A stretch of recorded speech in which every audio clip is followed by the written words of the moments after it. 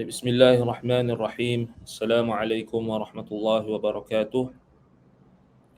Alhamdulillahi rabbil alamin wa bihi nasta'in ala umurid dunya waddin.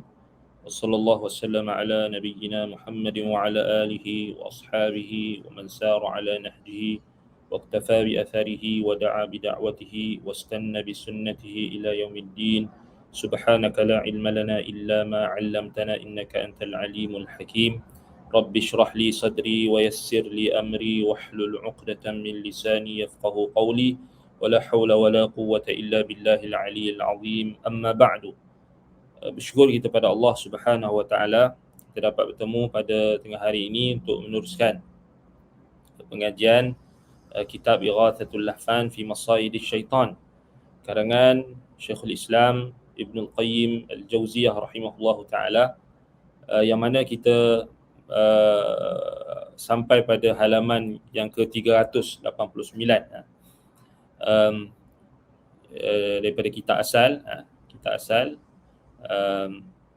iaitulah masih lagi membahaskan berkenaan dengan tipu daya syaitan terhadap golongan quburiyah ataupun golongan quburiyun, mereka yang fanatik dan taksub terhadap kubur, orang-orang saleh. Baik. Jadi Imam Ibn Al-Qayyim rahimahullah menyebutkan sebelum ini, kita dah baca dah yang disebutkan oleh Imam Ibn Al-Qayyim, falaisa kullu man ajaba Allahu du'aahu yakunu radiyan anhu. Jadi bukan semua orang yang Allah Ta'ala mustajabkan doanya itu menunjukkan Allah redha kepadanya. Wala muhibban lahu. Tidak juga menunjukkan atau membuktikan Allah menyintai orang itu. Wala radiyan bi fi'lihi, tidak juga menunjukkan Allah redha dengan perbuatannya. Kenapa? Karena fa innahu yujibul barra wal fajira, karena Allah Taala dia Tuhan yang memustajabkan doa orang yang baik atau orang yang jahat. Wal mu'min wal kafir, orang yang mukmin atau orang kafir Allah Taala bagi. Dia minta apa Allah Taala bagi. Dia nak kaya Allah bagi. Dia nak sihat, Allah bagi. Tetapi itu tidak membuktikan Allah Ta'ala reda akan perbuatannya, atau tak boleh membuktikan Allah Ta'ala cinta kepadanya. Tidak sama sekali. Ini kita penting ni. Sebab itu kata Imam Ibn Al-Qayyim, wa kathirun minan nasi yad'u du'aan ya'tadi fihi aw yushraka fihi fi du'aihi أو يكون مما لا يجوز أن يسأل فيحصل له ذلك أو بعضه فيحصل له ذلك أو بعضه فيظن أن عمله صالح مرض لله ويكون بمنزلة من أملي له وأمد بالمال والبنين وهو يظن أن الله يسارع له في الخيرات وقد قال تعالى فلما نسوا ما ذكروا به فتحنا عليهم أبواب كل شيء. Ini hak ni, bab ni kita kata kita semua kena gerun, semua kena takut. Iaitulah apa? Bab kita katakan yang disentuh oleh Imam Ibn Qayyim rahimahullah di sini, iaitulah ramai di kalangan manusia yang berdoa kepada Allah, tetapi di dalam doanya itu ada doa yang melampaui batas. Doa an ya'tadi fih, maknanya ada doa dalam dia tu ada syirik, doa dalam dia tu ada riak, ada ujub, doa dalam dia tu ada doa yang melampaui batas. Au yushraka fi du'aihi, atau ada yang doa yang di dalam doanya itu ada syirik di dalamnya. Di dalam doanya itu ada benda syirik. Kan? Au yakunu mimma la yajuzu an yus'al, atau di dalam doa permintaannya itu dia meminta sesuatu yang tidak harus untuk diminta. Fayahsulu lahu dhalika aw ba'dahu, maka terhasillah permintaannya tersebut atau sebahagiannya. Dia minta apa? Ya Allah, bagilah aku cantik supaya aku boleh masuk pertandingan Ratu Cantik. Allah bagi dia cantik. Ya Allah, bagilah aku kaya supaya aku boleh melabur untuk main judi. Dia minta Allah bagi. Ya Allah, bagilah aku sihat supaya aku boleh menyanyi, menari, buat maksiat lah. Untuk mencari sesuatu rezeki. Dia pun anggap benda tu rezeki. Allah bagi. Ya Allah, bagilah aku kaya supaya aku boleh mewah. Aku boleh tunjuk kekayaanku. Aku boleh tayang kekayaanku, kemewahanku kepada orang lain. Supaya orang lain bangga melihat aku. Supaya orang lain mencontohi aku. Allah bagi. Fayahsulu dhalika au ba'dahu. Dia terhasil permintaan dia tu Allah bagi. Atau sebahagiannya pun Allah bagi. Tak dapat sebahagian, Allah bagi sebahagian. Allah bagi.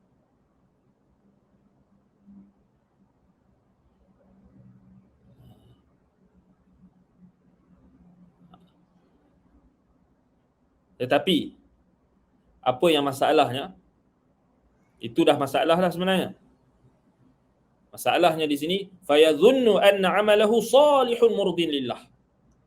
Dia menyangka bahawa amalannya itu salih, murdin lillah, dapat mencapai keredaan Allah, dapat memperolehi keredaan Allah. Maksiat yang dia minta ataupun maksiat yang dia sangka amalan soleh itu, dia menyangka Allah redha dia. Banyak tak dalam masyarakat kita? Sangat ramai orang yang hasilnya daripada hasil yang haram, mat'amuhu haram, wa malbasuhu haram, wa mashrabuhu haram, wa ghudhiya bil haram. Makanan dia daripada sumber yang haram, minuman dia daripada sumber yang haram, pakaian dia daripada sumber yang haram. Wa ghudhiya bil haram, gizi dia daripada haram. Dalam hadis Nabi SAW kata, fa anna yustajabu laka atau fa anna yustajabu dhalika. Macam mana Allah nak mustajabkan doanya? Tetapi dalam Al-Quran Allah Taala sebutkan boleh jadi Allah mustajabkan. Ni nampak. Dalam hadis, kalau kita tengok hadis tentang orang yang angkat tangannya, rafa'a yadayhi ila sama, ya rab ya rab, wa mat'amuhu haram, wa mashrabuhu haram, wa malbasuhu haram, wa ghudhiya bil haram, fa anna yustajabu dhalika.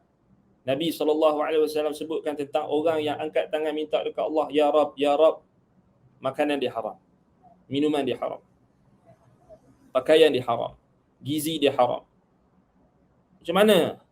Nabi kata dia nak dimustajabkan doanya. Macam mana? Itu satu sisi antara sebab terhalangnya doa mustajab, doa tidak diterima oleh Allah, tidak didengar oleh Allah Subhanahu Wa Taala, tidak dimakbulkan permintaan daripada Allah Subhanahu Wa Taala, antaranya adalah sebab haram. Tapi dalam Al-Quran Allah Ta'ala sebut boleh jadi Allah kabulkan doa orang yang fajir, orang yang jahat, orang yang ahlul ma'asi, orang yang fasik, orang yang jahat, orang yang kafir, musyrik, orang yang syirik, Allah makbulkan. Tetapi dia ada tujuan dia. Dalam surah Al-An'am ayat 44 Allah Ta'ala berfirman, falamma nasu ma dhukiru bih fatahna alaihim abwaba kulli syai'. Apabila mereka lupa akan apa yang diingatkan kepada mereka dengannya. Taraku ma dhukiru bih, kata Ibn Abbas. Nasu ma dhukiru bih, kata Muqatil bin Sulaiman, taraku ma umiru bihi. Apabila mereka meninggalkan apa yang Allah perintahkan. Alladhi ay wu'idhu bih, apa yang dinasihatkan kepada mereka.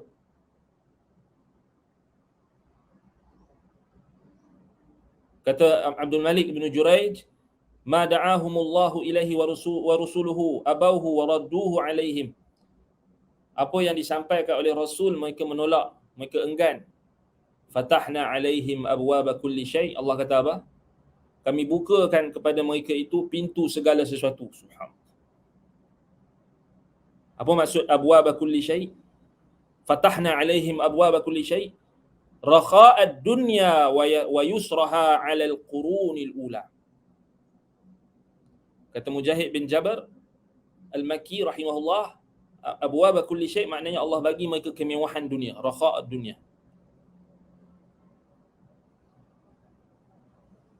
Kata Al-Hasan Al-Basri rahimahullah, mukira bil qaumi, mereka akan ditipu dayakan oleh Allah.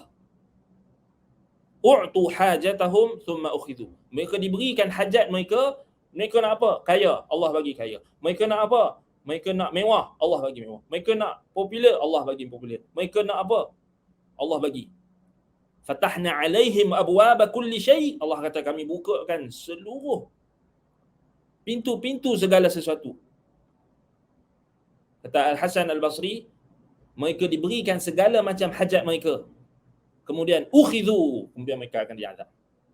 Ukhidhu. Takut itu.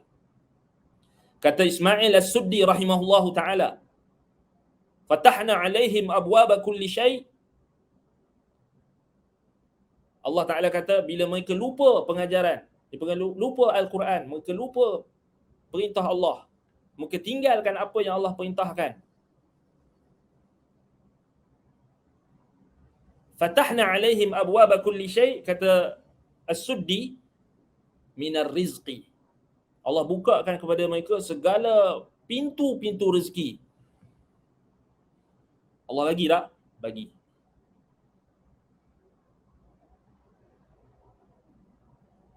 Kata Ja'far As-Sadiq rahimahullah, fatahna alaihim abwaba kulli syai minan na'im, Allah bagi mereka segala pintu-pintu nikmat. Dapat nikmat macam-macam.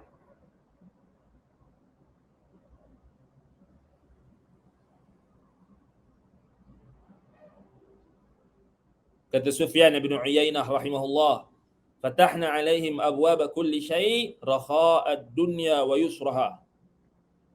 Rakha'ud dunya wa yusraha, kemewahan dunia dan kemudahan untuk mencapai kemewahan dunia.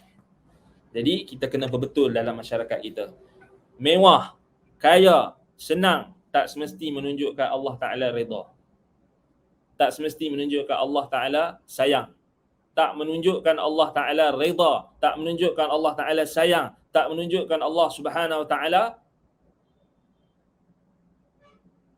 sukakan orang itu. Jadi ini kebanyakan masyarakat kita dia ingat kalau kaya Allah sayang. Automatically kalau kaya saja Allah sayang. Confirm Allah sayang. Pasal apa? Dia boleh bagi sedekah kat orang.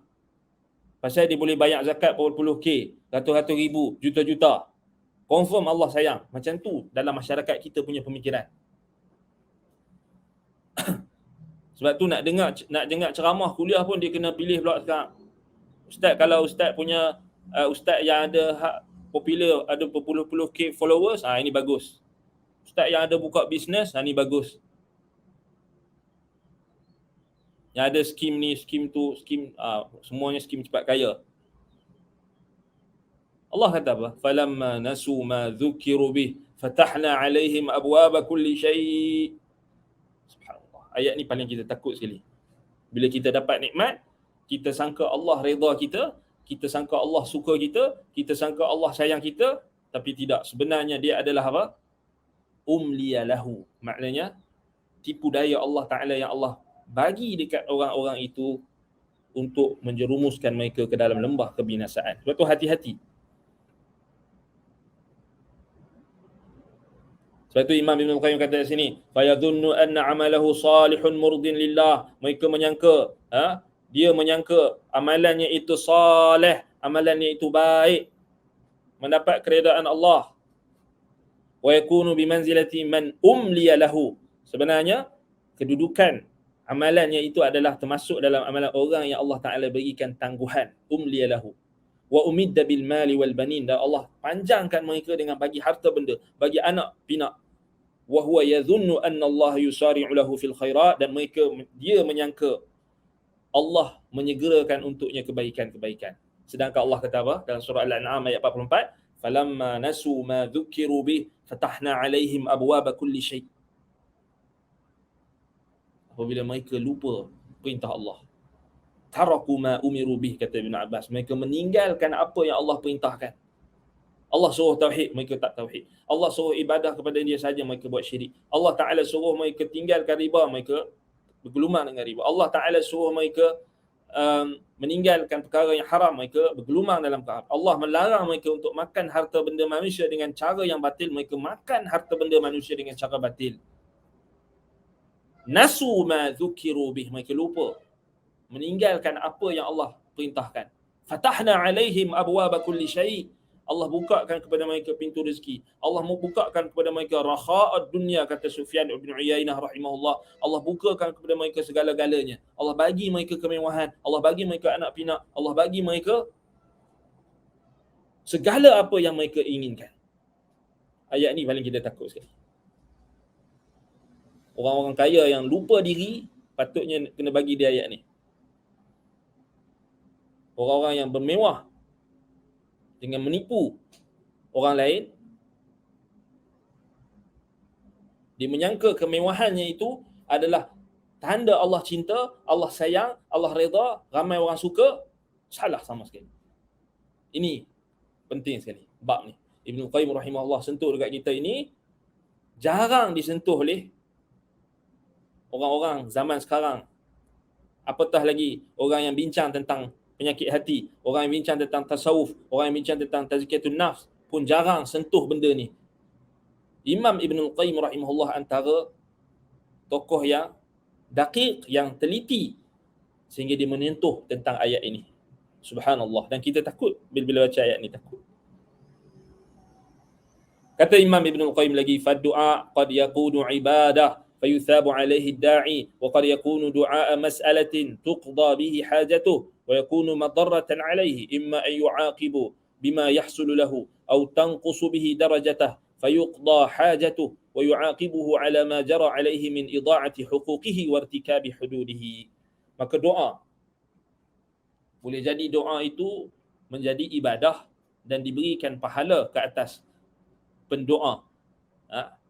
Boleh jadi juga doa itu adalah doa masalah, doa permintaan yang diberikan hajat ataupun yang diqadakkan dengannya hajatnya, ditunaikan hajatnya dengan doa tersebut, tetapi Allah jadikan mudarat ke atasnya. Sama ada Allah menghukumnya dengan apa yang terhasil daripada permintaannya itu, atau Allah mengurangkan darjatnya dan Allah tunaikan hajatnya, dan Allah menghukum apa yang berlalu di atas hajatnya itu berupa apa? Mensia-siakan hak-haknya dan terjerumus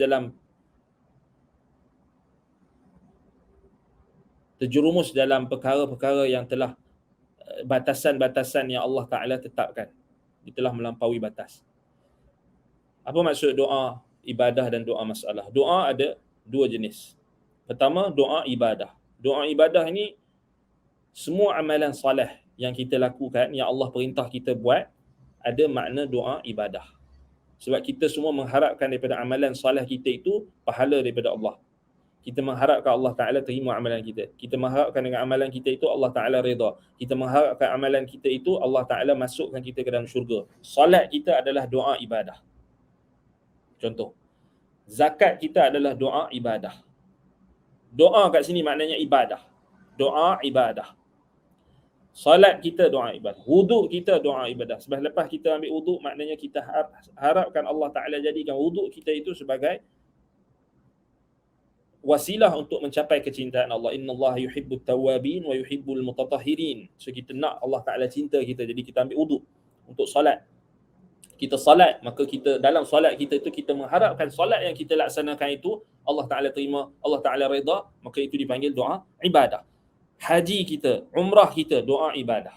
Doa ibadah ni senang nak faham. Semua amalan ibadat yang Allah cinta, Allah suka, Allah kata dia cintai amalan itu, Allah perintah kita buat, wa aqimus salah wa atuz zakah, Allah perintahkan kita dirikan solat, mengeluarkan zakat, itu semua adalah doa ibadah.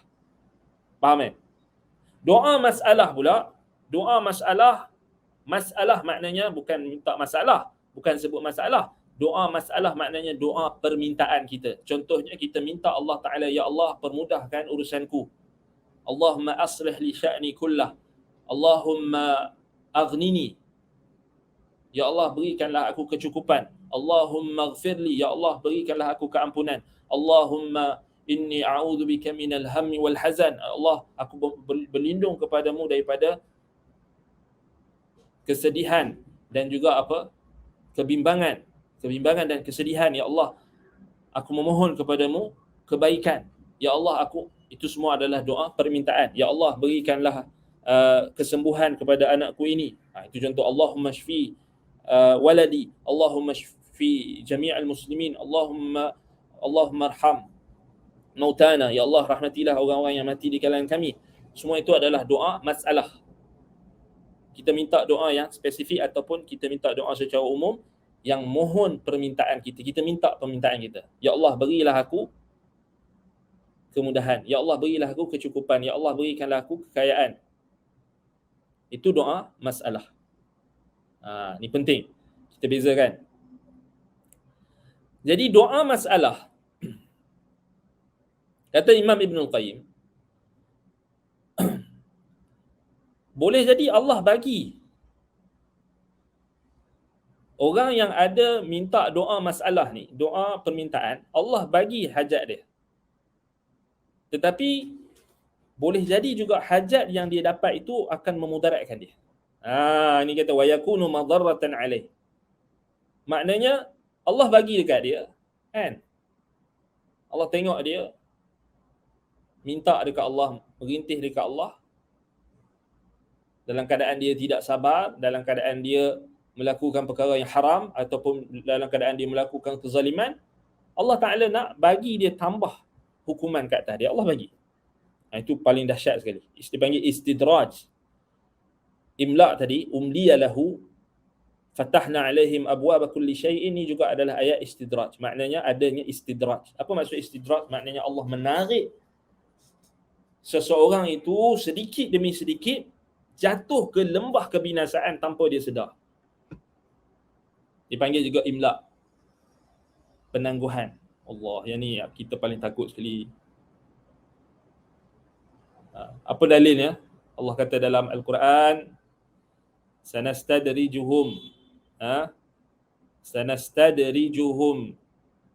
min haitsu la ya'lamun wa umli lahum inna kaidi matin. Dalam ada beberapa ayat, wa umli lahum inna kaidi matin. Dalam surah Al-A'raf ayat 182, wallazina kazzabu biayatina sanastadrijuhum min haitsu la ya'lamun. Dan orang-orang yang mendustakan ayat-ayat kami, nescaya kami akan istidraj.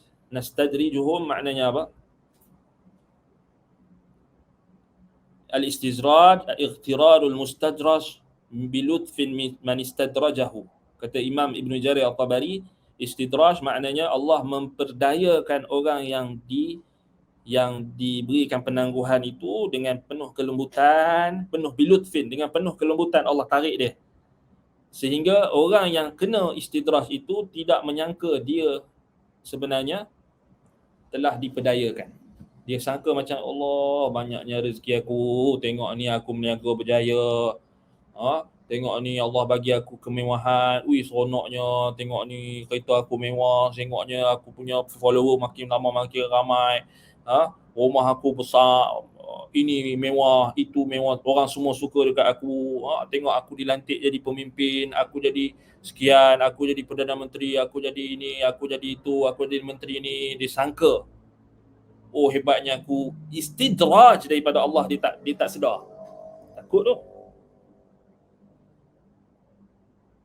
Allah tarik dia dengan penuh kelembutan. Kata Imam Ibn Jarir At-Tabari rahimahullah, sanastadrijuhum min haitsu la ya'lamun wa umli lahum. Allah kata, dan wa umli lahum. Kata Imam Ibn Jarir At-Tabari, uakhiru haula, wa umli lahum maknanya imla, maknanya madha alaihi maliyun wa milawatun wa mulawah wa malawah min ad-dahri, maknanya intadartuka maliyan. Kan orang Arab kata antazir atau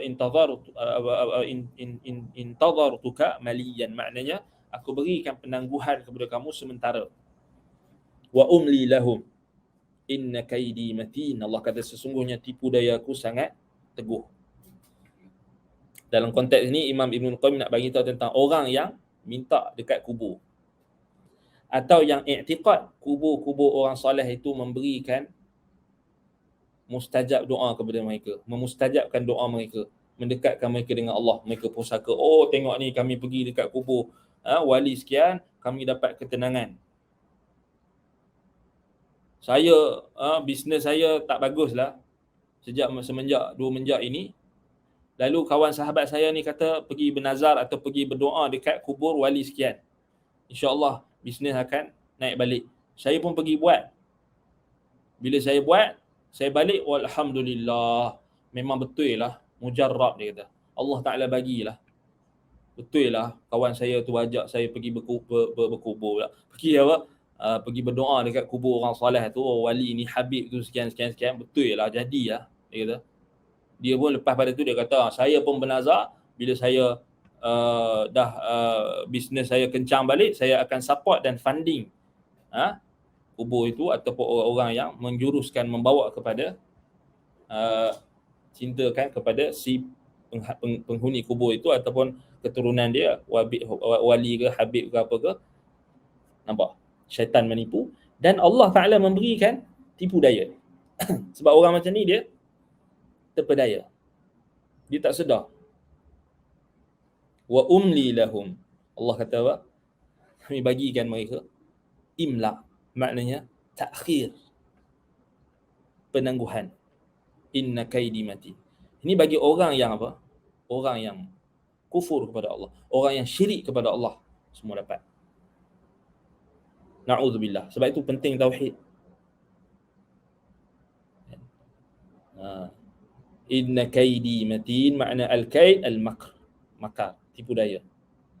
Tipu daya Allah tu sangat kukuh. Sariran ataupun sayran syadidan baqiyan la yanqati', kata Ibnu Jarir At-Tabari. Matin maknanya tipu daya Allah tu berjalan, syadidan sangat dahsyat, sangat kuat, baqiyan berbaki, la yanqati', takkan putus. Dia tak sedar, terpedaya dengan kemewahan dia, pengikut dia, ramai orang. Sangat bahaya. Macam apa kita tengok dalam Quran, Allah cerita Fir'aun, Haman, Namrud, Qarun, semualah, semua pemimpin-pemimpin yang zalim, orang-orang yang kafir, pemimpin-pemimpin, imam-imam kekufuran, imam-imam kesyirikan, semua terpedaya, betul tak? Abu Jahal, Abu Lahab, semua terpedaya dengan kedudukan mereka, terpedaya dengan jawatan mereka, terpedaya dengan harta benda mereka. Semua sama. Orang-orang jahat, orang-orang zalim.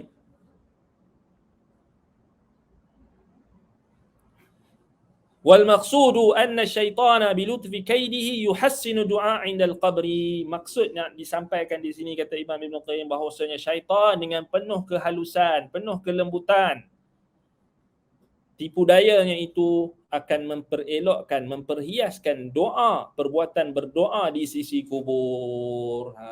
Ni siapa kata ni? Imam Ibn Qayyim rahimahullahu ta'ala rahmatan wasi'ah. Maksudnya di sini bahawasanya syaitan dengan penuh kehalusan, penuh kelembutan, tipu dayanya itu akan yuhassin, akan memperhiaskan, akan mencantikkan perbuatan doa di sisi kubur. Wa annahu arjaha minhu fi baitihi wa masjidihi aw awqatil ashar. Dan syaitan akan menimbulkan tipu daya sehingga mereka menyangka bahawasanya doa di sisi kubur orang yang soleh itu lebih baik, lebih rajah, lebih berat pahalanya daripada doa di kubur, di rumahnya sendiri atau di masjid atau di pada waktu-waktu sahur atau waktu-waktu ashar, ini waktu-waktu pagi, penghujung waktu pagi 1/6. terakhir waktu malam, yakni yang terakhir, yakni hampir pada waktu pagi, auqatil ashar di masjid. Tak bagus, dia kata. Tak, dia kata. Doa dekat rumah saja tak jadi. Rumah kat masjid pun tak jadi, tak power. Doa waktu-waktu sahur pun tak power lagi. Doa dekat kubur tu lagi power. Doa dekat ni tempat orang saleh.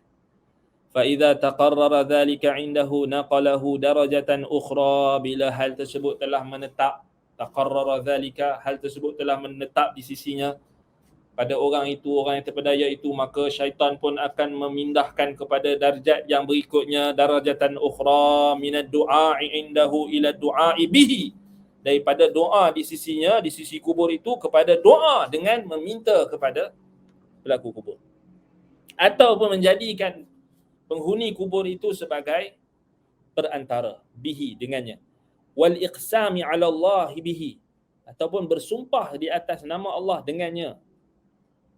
Wa hadha a'zamu min alladhi qablahu, dan ini lebih berat daripada yang sebelumnya. Fa inna sya'na Allahi a'zam min an yuqsama alaih, kerana urusan Allah itu lebih agung dan lebih mulia daripada untuk disumpahkan ke atasnya. Wa au yus'ala bi ahadin min khalqi, atau untuk diminta dengan perantara seseorang pun daripada makhluknya. Wa qad ankara a'immatul Islam dzalika, dan sesungguhnya telah mengingkari hal tersebut imam-imam, ulama-ulama, imam-imam, pemimpin-pemimpin dalam agama Islam ini, hal tersebut mereka ingkar. Perbuatan apa? Dia mula-mula anggap kubur itu afdal, doa mustajab, doa akan lebih dekat dengan Allah, lebih diterima oleh Allah, lebih mustajab. Kemudian dia akan naik sikit, pergi kepada doa minta perantara. Maknanya minta perantara ni sama ada bertawassul dengan orang soleh itu, atau menyebutkan dengan sumpah, bihaqqi fulan. Ba tu ba al-qasam, sebab tu dia kata al-iqsam alaihi. Jadi dengan hak fulan, maka wahai Tuhan, mustajablah doa aku dengan hak fulan. Sebab itu Imam Ibnul Qayyim kata ini adalah perkara yang dahsyat, sebab kita seakan-akan kita beranggapan bahawasanya ada makhluk yang mempunyai hak di sisi Allah. Maknanya Allah nak mustajabkan seseorang, Allah kena lalu hak orang tu dulu, makhluk tu dulu. Mana boleh? Sebab itu kata Imam Ibn Qayyim, diingkari oleh imam-imam Islam, ulama-ulama Islam. فقال أبو الحسين القدوري في شرح كتاب الكرخي قال بشر بن الوليد سمعت أبا يوسف يقول قال أبو حنيفة لا ينبغي لأحد أن يدعو الله إلا به قال وأكره أن يقول أسألك بمقعد العز من عرشك وأكره أن يقول بحق فلان وبحق أنبيائك ورسلك وبحق بيت الحرام. Kata Abu Husain Al-Quduri dalam syarh kitab Al-Karkhi, katanya Bishr bin Walid mengatakan, aku telah mendengar Abu Yusuf yakni anak murid Abu Hanifah, Imam Abu Hanifah, berkata, Abu Hanifah rahimahullah, tidak sepatutnya bagi seseorang berdoa meminta kepada Allah kecuali dengannya. Maknanya la yanbaghi li ahadin an yad'u Allah illa bih. Maknanya mesti kena doa dengan minta dekat Allah sahaja. Qala wa akrahu an yaqul as'aluka bimaq'adil 'izzi min 'arsyika, dan aku membenci perbuatan orang yang mengatakan dalam doanya, ya Allah, aku memohon dengan kemuliaan tempat dudukmu daripada arasmu singgah sanamu, dengan makhluknya. Maknanya tempat kemuliaanmu, yakni daripada arasmu singgah sanamu, sebut dengan tempat, dengan kita kata dengan kemuliaan arasmu. Padahal aras tu singgah sana Allah, makhluk Allah paling agung. Imam Abu Hanifah kata, aku tak suka, aku benci orang yang kata macam tu, sebab dia tak faham kedudukan Allah. Dia anggap macam aras Allah tu ada hak yang maknanya Allah Ta'ala letakkan, apa kita kata, masih lagi ada perantara. Sedangkan kita tak nafikan, semua orang sepakat aras adalah makhluk Allah yang agung. Tapi Imam Malik kata apa? Imam Abu Hanifah kata apa? Akrahu an yaqula as'aluka bimaq'adil 'izzi min 'arsyik. Aku benci orang yang kata aku memohon dengan kemuliaan, yakni kedudukan daripada arasmu. kemuliaan arash. Wa akrahu an yaqul bihaqqi fulan, aku membenci orang mengatakan dalam doanya bihaqqi fulan, dengan hak fulan. Wa bihaqqi anbiya'ika wa rusulika, dengan hak nabi-nabimu dan rasul-rasulmu. Wa bihaqqi baitil haram, dan dengan hak baitul haram.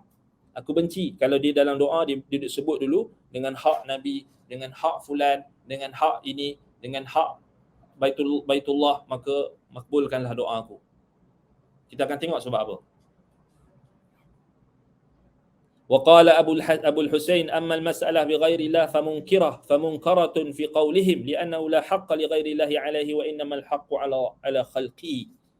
Kata Abu Hussein, adapun masalah, adapun meminta kepada selain Allah, maka itu adalah perkara yang mungkar pada perkataan mereka, kerana tidak ada hak bagi selain Allah ke atasnya. Wa innamal haqqu lillah ala khalqihi. Hak bagi Allah itu adalah ke atas makhluknya. Maknanya Allah Ta'ala tidak ada makhluknya yang berhak ke atasnya. Sama ada dalam urusan nak memustajabkan doa, tak ada siapa-siapa pun yang boleh kata Allah Ta'ala kena, orang panggil apa, kena minta kabel makhluknya dulu. Siapa yang kata macam tu? Dia wama qadarullah haqqa qadrih, dia tidak mengagungkan Allah dengan sebenar-benarnya. Dia tak kenal Allah. Maknanya kita boleh simpulkan orang yang minta perantara makhluk dengan kita kata, dengan menyebut bihaqqi fulan, bihaqqi nabiyyika, bihaqqi rasulika, bihaqqil malaikah, bihaqqi arshika, atau bihaqqi baitillah, apa saja makhluk Allah yang mulia, yang agung, termasuk Nabi kita Muhammad SAW. Kalau orang tu minta dalam doanya dengan sebut dengan hak nabimu, maka ampunlah dosaku, dia seakan-akan beranggapan bahawasanya ada makhluk yang berhak di atas Allah. Maknanya berhak di atas Allah, maknanya Allah Ta'ala nak mustajabkan doa orang tu, kena lalu dulu hak orang tu. Itu maksud dia. Wa amma qawluhu bimaq'adil 'izz min 'arshika fakarihahu Abu Hanifah wa rakhasa fihi Abu Yusuf qala wa ruya anna Nabiy sallallahu alaihi wasallam da'a bidzalika.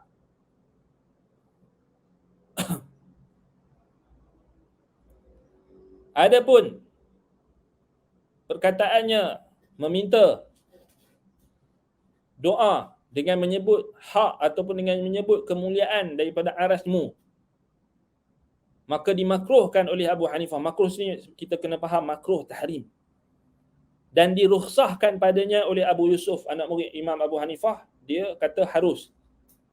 Sebab alasan dia kata diriwayatkan Nabi SAW doa dengan hal tersebut. Tetapi kalau kita cek balik, hadis tersebut tidak sahih. Hadis tersebut, kata Imam As-Sakhawi rahimahullah, sanaduhu wahin bimarrah, sanadnya sangat lemah. Kata Imam Ibn al-Jawzi rahimahullah, hadha hadithun mawdu'un bila syak. Hadis itu adalah hadis yang maudhu', palsu, tanpa syak. Semoga Allah merahmati Imam Abu Yusuf, anak murid Imam Abu Hanifah. Sebab dia penilaian dia terhadap hadis itu tersalah, lalu dia pun mengeluarkan hukum yang salah. Moga Allah rahmati dia. Itu rukhsah yang dia ambil disebabkan hadis bagi dia itu boleh dipakai, tetapi hadis itu maudhu'. Qala wa li anna maq'adil 'izz min al-'arsh inma yurad bihi al-qudrah allati khalaqa Allah biha al-'arsh ma'a 'azamati fa kana awsalu bi awsafi. Alasan mereka lagi selain daripada hadis tersebut, mereka kata kerana tempat keagungan daripada arasy Allah itu, yang dimaksudkan permintaan di situ dengan menyebut hak tersebut adalah dimaksudkan adalah qudrah, kekuasaan Allah yang dengannya Allah ciptakan arasy dengan keagungannya, dan seakan-akan mereka memintanya dengan sifat-sifatnya. Itu ada takwil dia. Itu alasan mereka. Wa qala Ibnu Baldaji fi Syarh al-Mukhtar, wa yukrahu an yad'u Allah ta'ala illa bihi fala yaqulu as'aluka bi fulan aw bi malaikatika aw bi anbiya'ika wa nahwi dhalika li'annahu la haqqa li makhluqi la haqqa lil makhluqi 'ala khaliqihi, wa yaqulu fi du'a'ihi as'aluka bi maq'adil 'izz min 'arshika wa 'an Nabi Yusuf jawazuhu. Kata Ibnu Baldaji dalam Syarh al-Mukhtar, dan dimakruhkan berdoa memohon kepada Allah kecuali dengannya. maka tidak dikatakan aku memohon kepadamu dengan fulan atau dengan malaikatmu atau dengan nabi-nabimu atau seumpamanya. Maknanya kita sebut Allahumma bihaqqi fulan, bihaqqi nabiyyika, bihaqqi malaikatika, dengan hak sekian, dengan hak nabi, dengan hak malaikat, aku memohon kepadamu dengan hak, maka dimakruhkan, kata Ibnu Baldajiyin. Dan makruh di sini makruh tahrim. Kerana tidak apa? Kerana tidak ada hak bagi makhluk ke atas, tidak ada kita kata hak la haqqa li makhluqin ala khaliqi. Macam mana kita boleh kata makhluk tu ada hak ke atas Allah? Atau yaqulu fi du'aihi as'aluka bimaq'adil 'izzi min arsyika, atau menyebutkan doa aku memohon dengan keagungan daripada arasmu, kan? Dengan tempat keagungan daripada arasmu. Itu pun dimakruhkan, tetapi diriwayatkan daripada Abu Yusuf mengharuskan. Tapi kita dah sebut tadi, sandaran Imam Abu Yusuf tu maudhu', palsu, tak sahih. Wa ma yaqulu fihi Abu Hanifah wa ashabuhu akrahu kadha huwa 'inda Muhammad haramun wa 'inda Abi Hanifah wa Abi Yusuf huwa ila al-harami aqrab wa janib at-tahrim 'alayhi aghlab. Apa yang dikatakan padanya oleh Abu Hanifah, Imam Abu Hanifah dan ashabnya, muridnya, akrahu kadha, aku membenci hal ini, huwa 'inda Muhammad haram, di sisi Muhammad ibn Hasan al-Syaibani, muridnya yang pertama, maksudnya haram. Maknanya Imam Abu Hanifah mengharamkan perbuatan bertawassul dengan hak fulan. Nama menyebut nama dalam doa tu kita sebut hak Nabi ke, hak malaikat ke, hak orang tu ke, hak tu bila kita nak minta ke Allah. Makruh. Makruh tahrim, maknanya haram. Wa 'inda Abi Hanifah wa Abi Yusuf wa ila al-harami aqrab, dan di sisi Abu Hanifah dan Abu Yusuf ianya lebih dekat kepada haram. Wa janibut tahrim 'alaihi aghlab, dan yang paling dominan sekali dia adalah haram. Maknanya kenyataan tu Imam Abu Hanifah sebut tu sebagai satu bentuk warak, tetapi dia nak bagi tahu benda tu haram. Tu maksud dia. Bukan nak kata benda tu harus. Wa fi fatawa Abi Muhammad ibn Abdus Salam annahu la yajuzu su'alullah subhanahu bi syai'in min makhluqatihi la al-anbiya wala ghairihim. Wa tawaqqafa fi nabiyyina sallallahu alaihi wasallam li'tiqadihi anna dhalika jaa'a fi hadith wa in lam ya'rif sihhat al-hadith. Dan dalam fatwa Abi Muhammad ibn Abdus Salam, Ibn Abdul Aziz Ibn Izzuddin Ibn Abdus Salam, Sultanul Ulama, bahwasanya tidak harus memohon kepada Allah Subhanahu Wa Taala dengan sesuatu daripada makhluk-makhluknya. Maknanya kita sebut ya Allah dengan hak fulan, dengan hak ustaz, dengan hak nabi, dengan hak sekian, dengan hak walimu. Tidak harus. Sama ada nabi-nabi atau selainnya. Wa tawaqqafa fi nabiyina sallallahu alaihi wasallam, dan Imam Abi Muhammad ibn Abdus Salam dia berhenti pada Nabi Muhammad sallallahu alaihi wasallam kerana dia menyangka hal tersebut datang dalam hadis walaupun dia tidak mengetahui kesahihan hadis. Ini mai orang duk kata apa? Hukum tawassul dengan hak fulan, hak nabi dan sebagainya harus ada khilaf. Sebab dia kata ada hadis. Cuma hadis tu tak disepakati. Tapi yang jelasnya tak diketahui. فإذا قرر الشيطان عنده أن الإقسام على الله به ودعاء به أبلغ في التعظيم واحترامه وأنجع في قضاء حاجته ناقله درجة أخرى إلى دعائه نفسه من دون الله والعياذ بالله. Bila syaitan telah menetapkan padanya bahwasanya iqsam ala Allah bihi.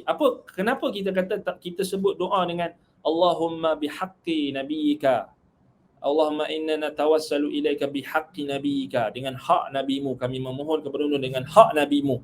Kenapa kita kata tak boleh juga? Imam Ibn Qayyim kata antaranya kerana dia ada bentuk sumpah atas Allah. Sumpah atas Allah maknanya iqsam ala Allah ni maknanya kita kata ya Allah, nabimu ni ada hak di sisimu. Maknanya dia ni ada di sisimu hak. Jadi mustajabkan doa kami, terimalah doa kami. Seakan-akan kita nak cakap macam kita boleh faham secara maknanya macam ni. Ya Allah, Engkau akan mustajabkan doa aku kalau aku sebut nama Nabi. Confirm kau akan.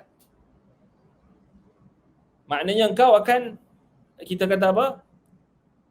Terima doa aku ni dengan hak Nabi aku. Maknanya dengan hak Nabi aku ni, mesti kau kena terima doa aku. Seakan-akan kita ilzam Allah.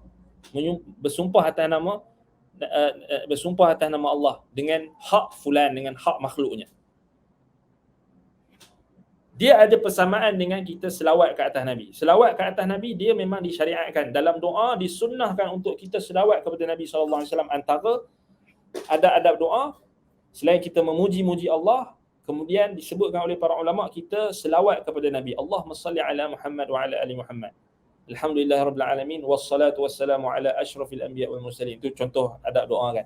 Tapi doa tu jelas. Doa tu kita minta Allah selawatkan kepada Nabi. Kita tak kata ya Allah dengan hak Nabi kau mustajabkan doa aku. Beza. Sebab tu tak boleh samakan dengan selawat. Tawassul yang kita kata yang bentuk bid'i ini masuk dalam tawassul bid'ah. Kita sebut dalam doa, kita sebut nama Nabi atau sebut nama Nabi-Nabi ke bihaqqi fulan bihaqqi, ini bid'ah. Tapi ada orang yang marah, dia kata ni Ibn Taymiyah saja yang kata tak boleh. Ini kita akan tengok sebab apa. Sebab tu dia benci Ibn Taymiyah. Dia pun tak puas hati dengan Ibn Taymiyah. Buat fitnah dekat Syekhul Islam Ibn Taymiyah, tak payah minta maaf. Keluar kenyataan yang mengguris penganut Hindu, terus minta maaf. Pelik ustaz zaman sekarang.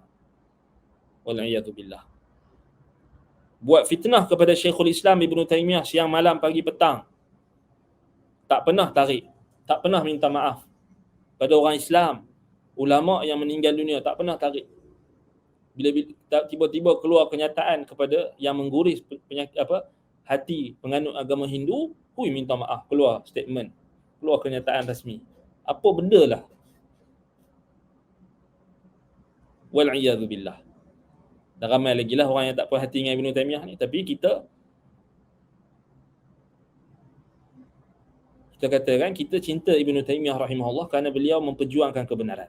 Kerana beliau bawa seruan kepada manhaj salaf, kepada apa yang kita minta hari-hari dalam solat kita, ihdinas siratal mustaqim siratal ladzina an'amta alaihim ghairil maghdubi alaihim waladdallin amin. Sebab tu kita tak pernah takut. Orang nak boikot ke, orang tak mau jemput kita ceramah ke, orang tak suka kita ke, lantak pergi lah. Yang penting kita nak ikut jalan salaf. Orang tak suka kita ke, lantak lah. Yang penting Allah Ta'ala suka kita.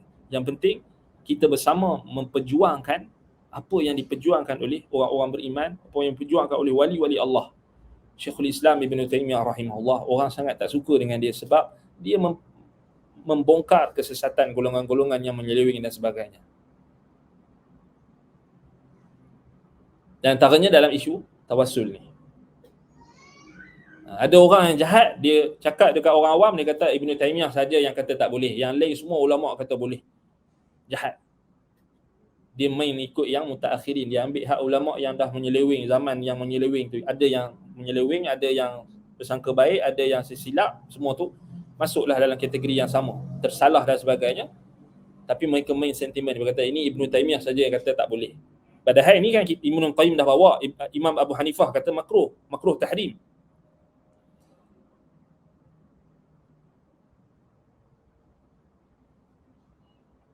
Dan tak dinukilkan daripada para sahabat, sama ada dengan sanad yang sahih atau tabi'in dengan sanad yang sahih. Tidak ada sanad yang hasan atau yang sahih yang mengharuskan perbuatan meminta dengan hak tawassul, dengan hak fulan, hak Nabi dan sebagainya. Walaupun ada sebahagian ulama yang kata mereka berhenti atau mereka mengatakan harus disebabkan hadis tadi, tapi yang sahihnya tidak sahih.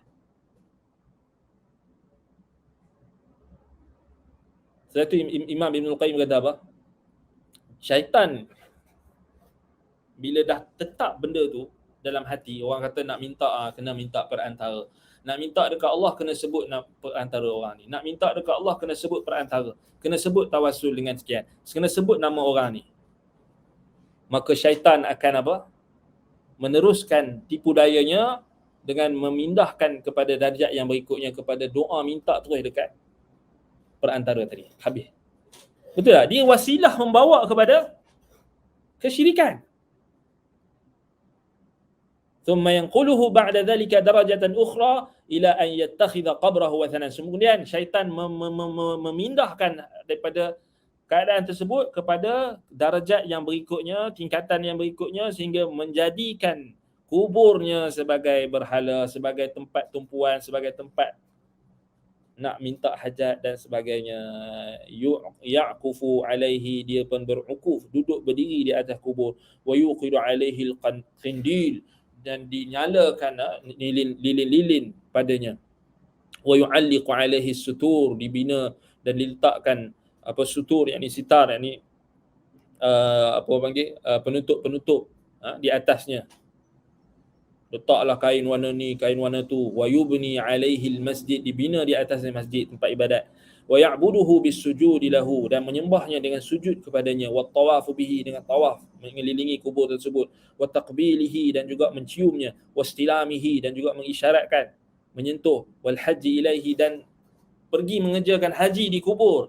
Wa dzabhi indahu, sembelih di sisi kubur. Thumma yanquluhu darajatan ukhra ila du'a'in nas ila ibadati. Kemudian syaitan membawa kepada peringkat yang berikutnya, iaitu menyeru manusia untuk beribadah kepada penghuni kubur. Wattikhadhuhu 'idan, dan menjadikannya sebagai tempat perayaan ulang-ulang. Wa mansakan, tempat ibadah. Wa anna dzalika anfa'u lahum fi dunyahum wa akhiratihim, dan menimbulkan tipu daya kepada mereka itu bahawasanya hal tersebut akan memberi manfaat untuk mereka di dunia mereka dan akhirat mereka. Subhanallah. Sikit demi sikit. Hak tu kita mengaji kitab Ighathatul Lahfan fi Masaili Syaitan. Kita nak tahu tipu daya syaitan. Kita bukan nak bincang tentang apa ulama kata, apa ulama kata. Tak, kita nak tengok apa ulama yang betul-betul tengok dari sudut kacamata yang lebih tepat, yang lebih mendalam. Yang ni tipu daya syaitan tu kat mana? Kalau cerita nak sembang ulama kata boleh, ni sampai kiamat pun tak selesai. Itu kadang-kadang kita kena ingatkan juga kawan-kawan kita, sahabat-sahabat kita, murid-murid kita. Kalau main orang panggil ulama ni kata boleh, ulama tu kata boleh, ulama ni kata boleh, sampai bila pun tak habis, tak selesai masalah. Ni menyanyi-nyanyi apa, menari-nari konsert apa benda yang jemput ni, kata ni ulama ni kata boleh. Boleh lah. Ada ulama kata boleh? Boleh. Teringat Ustaz Ali cakap kan, kalau kira nak kata ulama kata boleh ni, benda apa semua ada ulama kata boleh. Carilah, memang ada ulama kata boleh.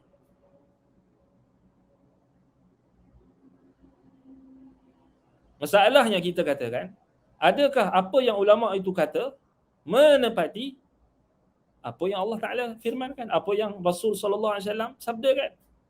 Itu poin dia. Kita hari ni lebih pada mendidik masyarakat, ulama kata, tapi kita tak bawa kepada daripada mana ulama tu kata. Kita ambil lepas tangan. Ada ulama kata jangan kamu bincangkan lagi. Dah ulama kata harus, jangan. Memang ada khilaf. Tapi masalahnya kita menyeru orang kepada tauhid, kita menyeru orang kepada sunnah Nabi SAW.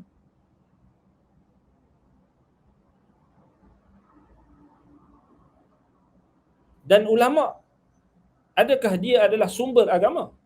Tidak, bukan autoriti. Quran dan sunnah, ijma'. Ulama juga ada macam-macam jenis.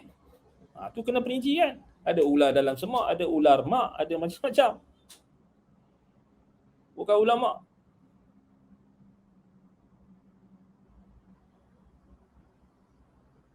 Ada kata ni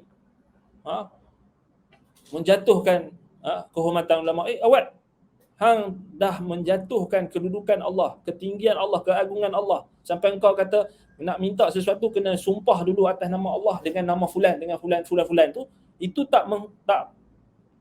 itu dikira menghormati Allah ke? Itu kita kata ulama ahli tauhid, mereka lebih mendahulukan apa? Keagungan Allah tu. Hak Allah ke atas hamba. Bukan hak hamba tu. Hak Allah dulu. Ustaz ni tak hormat pada Nabi Muhammad. Ke Nabi Muhammad tu ada hak di sisi Allah. Memang kita kata, kita tak nafikan hak Nabi Muhammad SAW, tapi bila kamu membandingkan antara Nabi dengan Allah, dalam doa, ibadat kamu pun kamu nak letak perantara tu, apa cerita? Qala Syekhuna qaddasallahu ruhahu, berkata Syekhuna, yakni Syekhuna di sini Syekhul Islam Ibn Taimiyah rahimahullah, berkata Syekh kami, semoga Allah mensucikan rohnya, wa hadhihi al-umur al-mubtadi'ah 'inda al-qubur maratib, dan ini adalah perkara-perkara bid'ah di sisi kubur dan ada martabat-martabatnya. Nak marah-marahlah. Kita tak ada orang panggil apa, kita ni daripada awal kita balik mengaji, kita perjuangkan Syekhul Islam Ibn Taimiyah punya kitab, kita ajar anak-anak murid dia punya kitab. Kita tak pernah ada menyesal ke apa, kita tak pernah rasa macam oh kenapalah aku ni, kalau aku tak sokong, aku sokong ulama lain kan orang ikut, tak ada. Kita tak pernah rasa menyesal. Bahkan kita jadikan mereka ini sebagai imam kita dalam agama kerana mereka menyeru kepada jalan yang lurus, mereka menyeru kepada jalan salafus salih. Orang tak mau ikut kita pun lantak pilah, orang tak suka pun lantak pilah, yang penting kita memperjuangkan kebenaran. Satu Syekhul Islam Ibn Taimiyah kata apa? Bid'ah. Kan? Tapi ada yang celup-celup belajar manhaj salaf ni, kemudian tak kuat, tak kukuh, tak firm, dia mula terkena syubhat. Dia kata ini Ibn Taimiyah seorang je. Berapa banyak syubhat dalam agama ni mereka bagi alasan Ibn Taimiyah saja yang cakap, bukan ulama, tak ada ulama yang lain kata Ibn Taimiyah seorang, Ibn Taimiyah seorang, Ibn Taimiyah. Tapi masalahnya mereka tidak berlaku adil.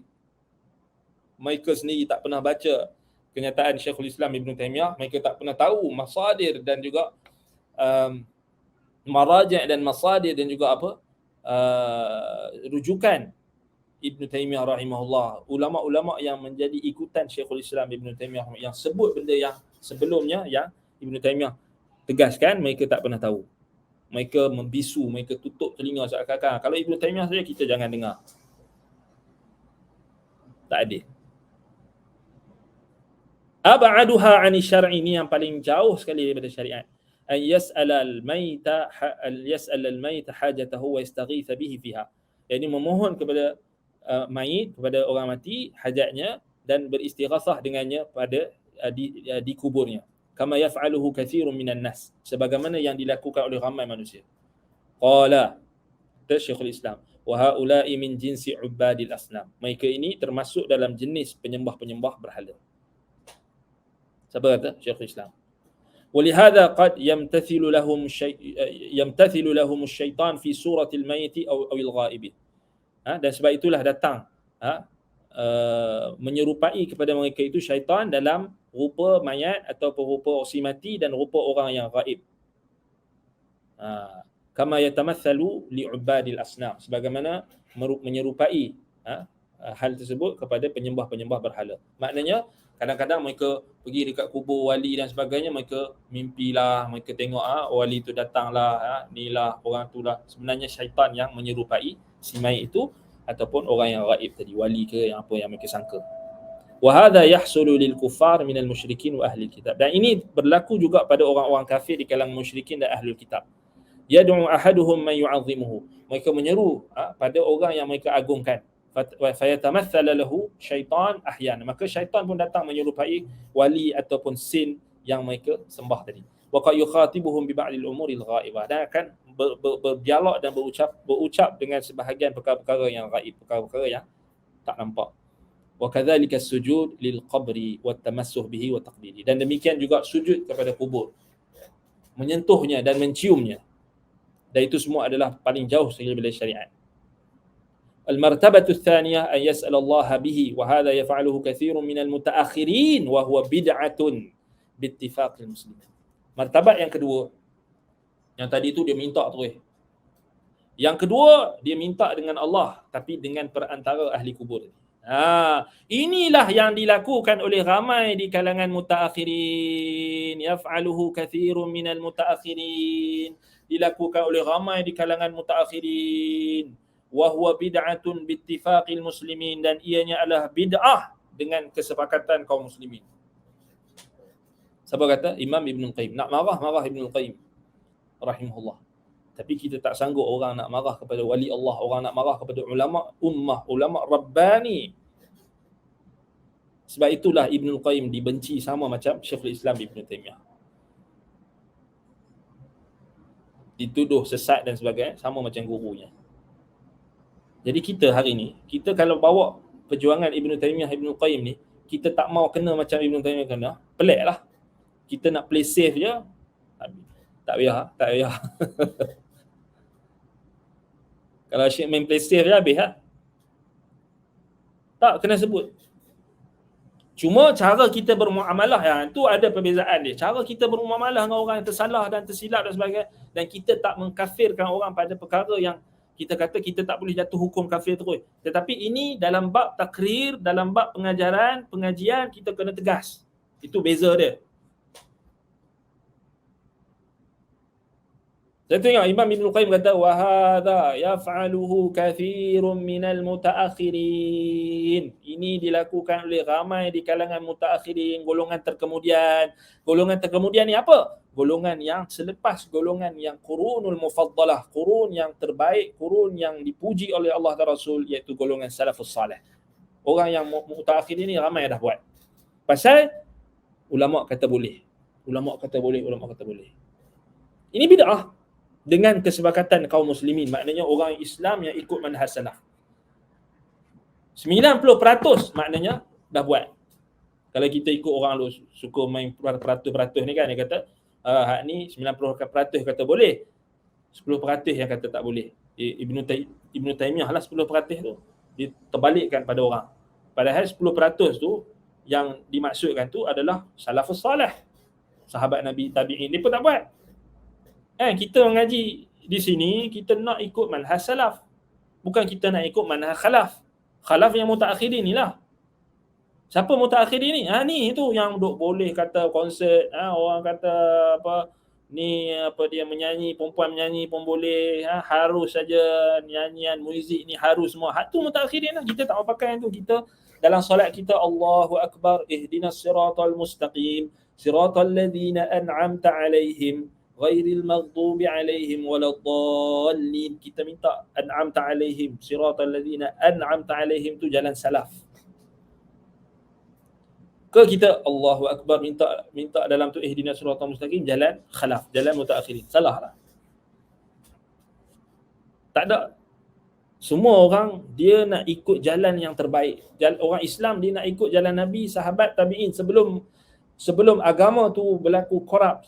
Orang agama berlaku korup, orang alim ulama melakukan corruption, menyelewengkan agama, mentakwil, mentahrif agama. Sebelum berlaku itu, agama itu murni, suci. Hak tu yang kita nak ikut, bukan kita ikut yang golongan terkemudian yang macam-macam dah pelik-pelik zaman sekarang ni.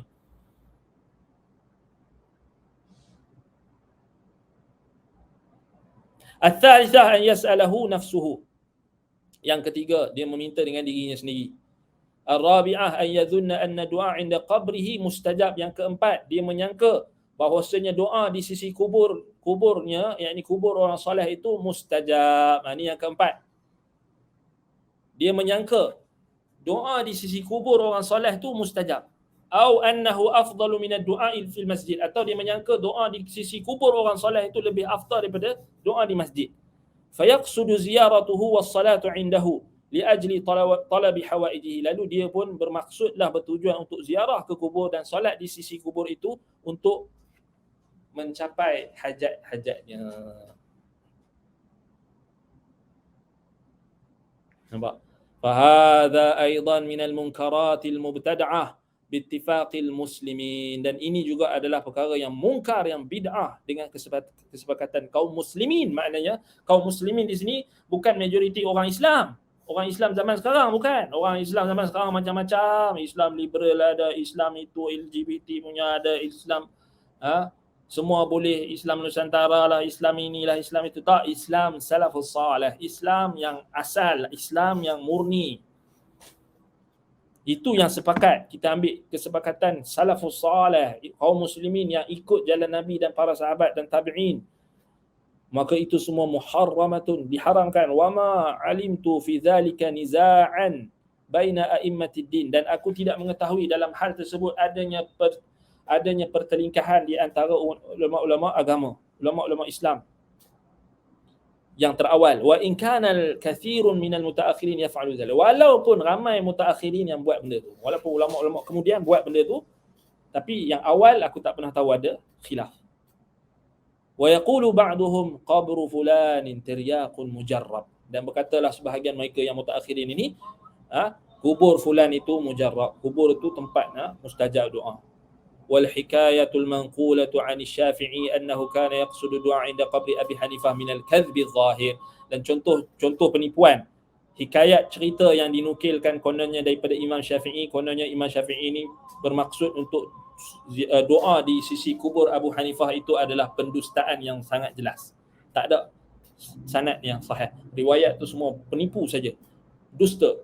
Yang kata kononnya imam ni pergi dekat kubur imam tu doa untuk mengharapkan mustajab pasal berkat orang soleh, berkat imam ini, berkat itu, berkat pergi ziarah kubur tu kerana nak berkat. Semua tu kata Imam Ibn Qayyim kadhibul zahiru, dusta yang sangat jelas. Tak ada yang sahih. Allah musta'an. Baik. Jadi kita dah habis waktu, naktafi bihadzal qadar. Insya-Allah pada kuliah akan datang kita masuk fasal yang baru. Faslun fil farqi baina ziyaratil muwahhidin lil qubur wa ziyaratil musyrikin.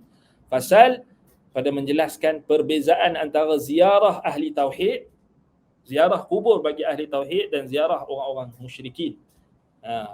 Kan? Ni diulang balik perbahasan yang awal tu Imam Ibn Qayyim ulang dan tegaskan balik dan ingatkan balik, dan juga menambah sesuatu yang lebih penting tentang perbezaan tu. Kita akan tengok walhal kita sebenarnya dah bincang sedikit, Imam Ibn Qayyim dah bincang kan. Kalau kita tengok balik kelas-kelas kita yang sebelum ni ada perbincangan tu yang agak umum, tapi kat sini Imam Ibn Qayyim akan datangkan perbezaan yang dengan lebih terperinci sedikit. نكتفي بهذا القدر. أقول قولي هذا وأستغفر الله لي ولكم. سبحانك اللهم وبحمدك أشهد أن لا إله إلا أنت أستغفرك وأتوب إليك. وصلى الله على محمد وعلى آله وصحبه وبارك وسلم. الحمد لله رب العالمين.